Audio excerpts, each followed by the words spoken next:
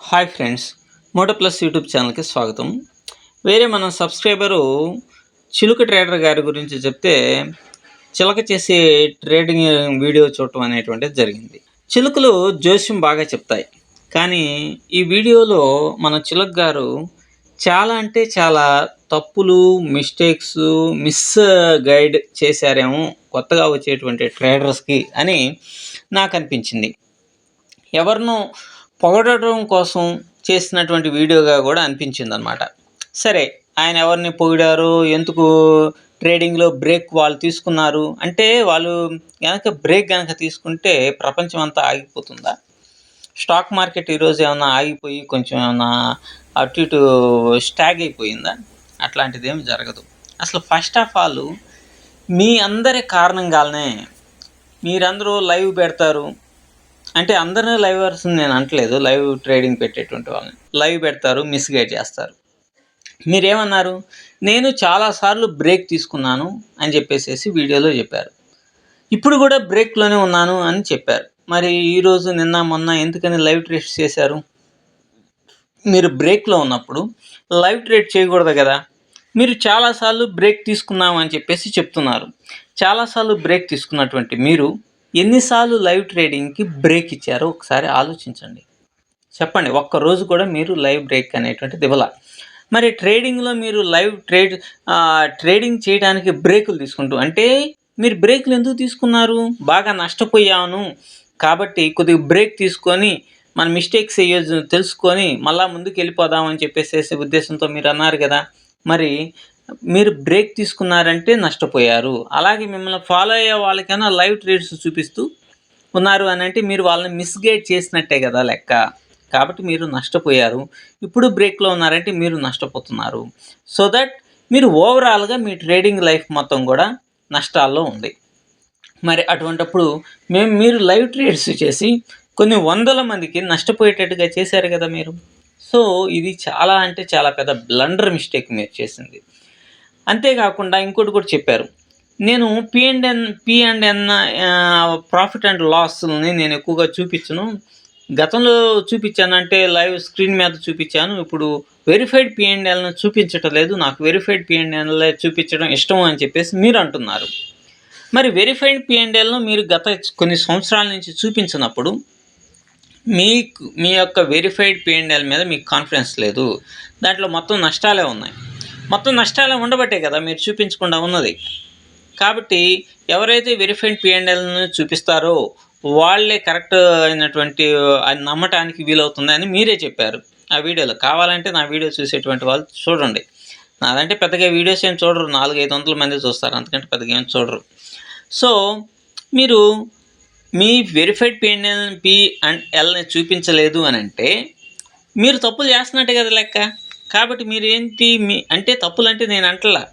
ఇక్కడ మిమ్మల్ని ఫాలో అయ్యే వారిని మీరు మిస్‌గైడ్ చేసినట్టే కదా లెక్క. ఇంకా మీరేమన్నారు? సడన్ స్పైక్స్ వస్తాయని బిహైండ్ ఏదో జరుగుతుందంట. స్టాక్ మార్కెట్ బిహైండ్ ఏదో జరుగుతుంది. బిగ్ ఫిష్‌లు ఏదో చేస్తున్నారు అది ఇదేనన్నారు. బిగ్ ఫిష్ కాదు, తిమింగలాలు కూడా స్టాక్ మార్కెట్‌ని ఏం చేయలేరు. అది వెళ్ళే మార్గంలో రూట్ వెళ్ళిపోతుంటుంది. ఆ రూట్ ఏందో మనకు తెలియక తలకిందులుగా తపస్సు చేసి బొక్కబొరలా పడుతున్నామే కానీ మార్కెట్‌ని ₹1,00,00,000 వేసి ఇచ్చేసినా కూడా దానికి డిజైన్ చేసినటువంటి విధానానికి వ్యతిరేకంగా పోదు. ఇది తెలియక బిగ్ ఫిష్‌లు ఏవో చేస్తున్నాయి. అది ఎలా డిజైన్ చేస్తారు? ఈ యొక్క వాల్యూమ్‌ని వానిష్ చేసే విధంగా డిజైన్ చేసి ఉన్నది. ఆ డిజైన్ మనం అండర్‌స్టాండ్ చేసుకొని ఎటువైపు వెళ్తుంది అనేటువంటిది మనం ప్రిడిక్ట్ చేయగలగాలి. ప్రిడిక్ట్ చేసి మనం ఆ లెవెల్‌లో ఆ రూట్‌లో మనం ట్రేడ్ అనేటువంటిది తీసుకుంటే నష్టం అనేటువంటిది జరగదు.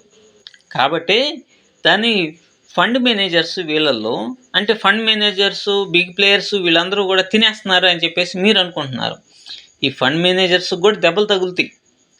వాళ్ళు అనుకునేటువంటి డైరెక్షన్‌లో మార్కెట్ అనేటువంటిది వెళ్తుందా లేదా అనేటువంటి దాన్ని ఎక్కడ లిక్విడిటీని స్వీప్ చేసేటువంటి పాసిబిలిటీస్ ఎక్కువగా ఉన్నాయి అనేటువంటి వాటిని బేస్ చేసుకొని ట్రేడ్ చేస్తారు. అంతేగాని స్టాక్ మార్కెట్‌ని డిజైన్ చేసిన దానికి వ్యతిరేకంగా స్టాక్ మార్కెట్టు ఒక నిమిషంలో చిన్న క్యాండిల్‌ని కూడా పొరపాటున కూడా చేయదు. ఇది వాస్తవం అనమాట. ఇది అర్థం గాక, మనకి ట్రేడింగ్ చేతకాక బిగ్ ఫిష్‌లు తిన్నారు, వాళ్ళు తిన్నారు, వీళ్ళు తిన్నారు అని చెప్పేసి చెప్తున్నారు. మరి తెలుగు కమ్యూనిటీలోనే ది గ్రేటెస్ట్ అయినటువంటి వీళ్ళు ఎందుకని స్టాక్ మార్కెట్ మీదకి నెపాన్ని నెట్టేస్తున్నారు లాస్‌లో వచ్చినప్పుడు? గతంలోనూ లాస్‌లో వచ్చినప్పుడు రాంగ్ లాస్‌లను చూపించేశారు. మరి వా ఇప్పుడు నష్టం వచ్చినప్పుడు మార్కెట్ మీదకి తోసేస్తున్నారు. మార్కులో స్పెక్యులేషన్ ఉన్నది, అది ఉంది, ఇది ఉంది అని చెప్పేసి చెప్తున్నారు. మరి ది గ్రేట్ మీరేమంటున్నారు? స్ట్రాడిల్, స్ట్రాంగిల్స్ అనేటువంటివి ఇప్పుడు వర్కౌట్ కావట్లేదా? ఇప్పుడు వర్కౌట్ ఎట్లా అవుతాయా? మార్కెట్ డైరెక్షన్ అర్థం 2 సంవత్సరాల క్రితమే, 1.5 సంవత్సరం క్రితమే స్ట్రాడిల్, స్ట్రాంగిల్స్ వర్కౌట్ పెద్దగా కావట్లేదు, కావు అని చెప్పేసేసి డిసైడ్ అయిపోయారు. అంతేకాకుండా సెబీ చెబుతుంది కదా! సెబీ ఏం చెబుతుంది? ఎటువంటి మార్పులు తీసుకొనొచ్చినా ట్రేడర్స్, రిటైల్ ట్రేడర్స్ నష్టపోతూనే ఉన్నారు.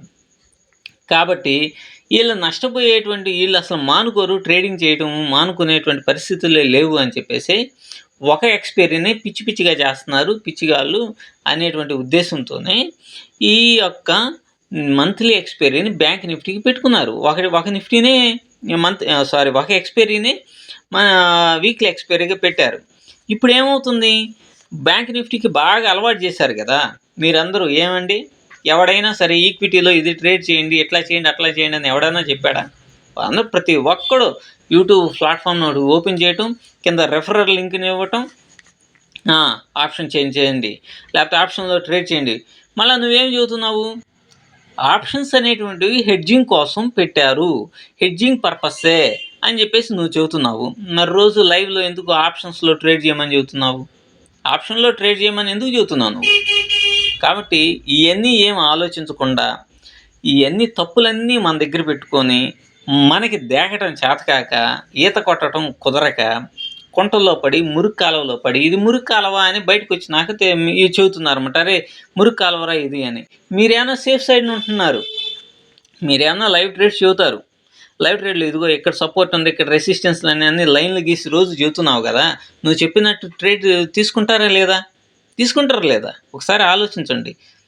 బ్రెయిన్‌లో గుజ్జు అనేటువంటిది ఉండాల. మరి మనం తీసుకుంటున్నప్పుడు నువ్వేమన్నా బ్రేక్‌లో ఉన్నావు ఇప్పుడు. చాలా సార్లు బ్రేకులు తీసుకున్నావా?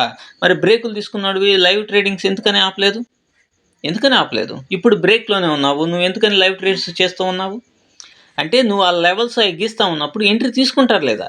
పోతే పోయారు, వాళ్ళ డబ్బులే పోతాయి. మనం మాత్రం కుంట పక్కన సేఫ్‌గా మడుగులో దిగకుండా ఉండాలనా? వాళ్ళనేమన్నా నిన్ను నమ్ముకున్నటువంటి వాళ్ళనేమన్నా బురదలో బొర్లాడమనా? అంటే నువ్వు ఫైనల్‌గా ఏం చెబుతున్నావు? స్ట్రాడిల్, స్ట్రాంగిల్స్ పనిచేయట్లేదు, లెవెల్స్ పనిచేయట్లేదు, సడెన్ స్పైక్స్ వస్తున్నాయి. అసలు సడెన్ స్పైక్స్ ఎప్పుడొచ్చినాయో చూడండి. చేతగాక అదేందో అంటారు చూసారా? ఆడలేక మదిల మీద పడ్డట్టుగా మీ యొక్క ఆలోచనలు నిజంగా చాలామంది యూట్యూబర్స్ లైవ్‌లు పెట్టి, ఇది పెట్టి, ఆ లెవెల్స్ చెప్పి నానా భ్రష్టు పట్టించారు. మీలాంటి వాళ్ళ కారణంగానే ఈ బిగ్‌గా ఉన్నటువంటి ఈ బ్రదర్స్ గానీ, ఆటలు మారుస్తానన్నటువంటి వాళ్ళు గానీ, మీలాంటోళ్ళు ఇంకా చాలామంది కొంతమంది ఉన్నారు మంచోళ్ళు. చాలామంది కారణంగా భ్రష్టు పట్టిపోయారనమాట రిటైల్ ట్రేడర్స్. రిటైల్ ట్రేడర్స్ ఇప్పటికైనా ఆలోచించండి. Stand on your own foot. మీ కాళ్ళ మీద మీరు నిలబడటానికి ప్రయత్నం చేయండి. వీళ్ళంతా కూడా యూట్యూబ్ రెవెన్యూస్ కోసం, మరోటి కోసం లక్షల మంది సబ్స్క్రైబర్స్ ఉన్నారు కాబట్టి ఏ వీడియో చేసినా సరే వచ్చేస్తారని, ఇంకా ఇన్సూరెన్సులు, క్రెడిట్ కార్డులు, డెబిట్ కార్డులు, పాలసీలు, ఇంకా అన్నీ అమ్ముకునేటువంటి బ్యాచ్ మిమ్మల్ని ఎట్టి పరిస్థితుల్లో ఉద్ధరించలేదు. ఇప్పటికైనా కళ్ళు అనేటువంటిది తెరవండి. Thank you.